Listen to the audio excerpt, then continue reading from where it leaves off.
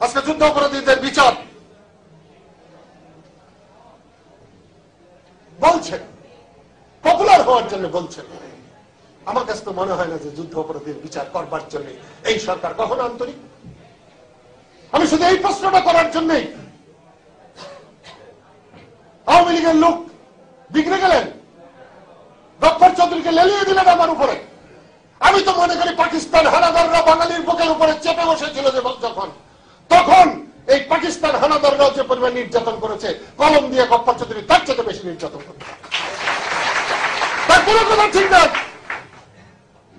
1975 সালে বঙ্গবন্ধুর এত বিরোধিতা করেছিলেন, এত সমালোচনা করেছিলেন, বঙ্গবন্ধুর কাছ থেকে টাকা নিয়ে টিকিট নিয়ে ক্রান্তি আমায় ক্ষমা করো প্রভু বলে উনি ইংল্যান্ডে চলে গেলেন। আজকে সবক দিচ্ছেন বাঙালিকে।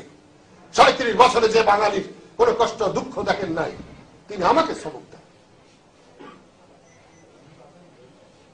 আজকে সেই জন্য বলছি, আমি বললে পরে হয় যুদ্ধ অপরাধীদের বিচার ত্বরান্বিত হোক, আমি সন্দেহ প্রকাশ যদি করি তাহলে সেটা হয় অপরাধ।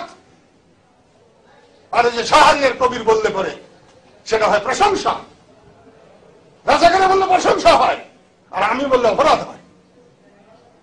আপনারা যুদ্ধ অপরাধীদের বিচার করবার জন্য এই ট্রায়াল করেন নাই, এই কমিশন করেন নাই। আপনারা এখান থেকে ফায়দা লুটবার জন্য, আগামী নির্বাচনী বৈতরণী পার হবার জন্য আপনারা এরকম করেছেন।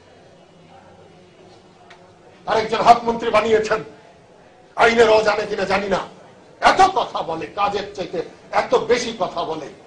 তার আত্মীয় স্বজনরা রাজাকার আলবদর ছিল, তাকে আজকে মন্ত্রী বানিয়েছেন। আপনাদের দলে থাকলেই সব মুক্তিযোদ্ধা, আর আপনাদের সঙ্গে না থাকলেই রাজাকার।